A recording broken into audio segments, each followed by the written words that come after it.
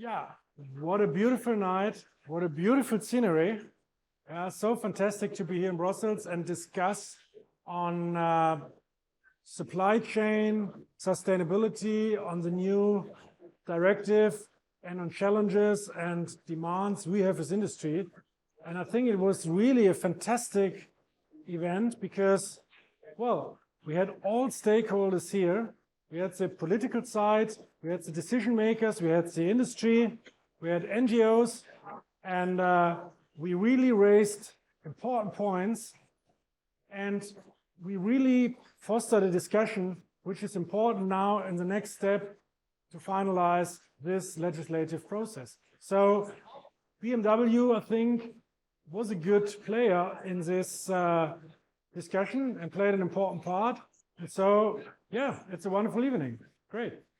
So the question of sustainability is one of the most important ones for the future. And with these proposals for due diligence and sustainability, we would like to create here a legislative package that we can have for the companies practical.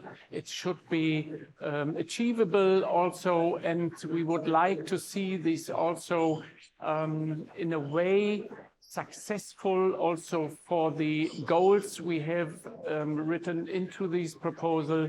So it's for sustainability goals, for the ILO conventions, and also for the fundamental rights. So that's why I think it's important to come forward with this whole idea.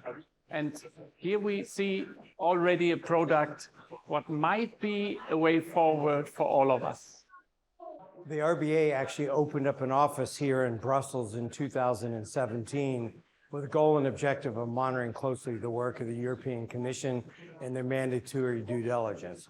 I think at the core of that regulation, the RBA is very supportive of mandatory due diligence, but we have several criteria. First and foremost is the harmonization. With our industry and our members who do business in over 120 different countries, having a common harmonized approach to mandatory due diligence around the world, specifically here in Europe, is absolutely essential.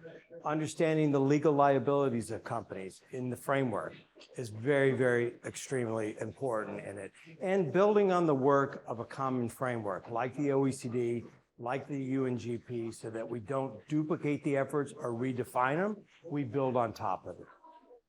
We need a strong European mandatory due diligence legislation because for too many years we were blind, we closed our eyes for human rights violations in the Global South. I think we have a huge chance also for European companies to bring more transparency in their value chains, to bring more stability in their value chains, and try to fight human rights violations.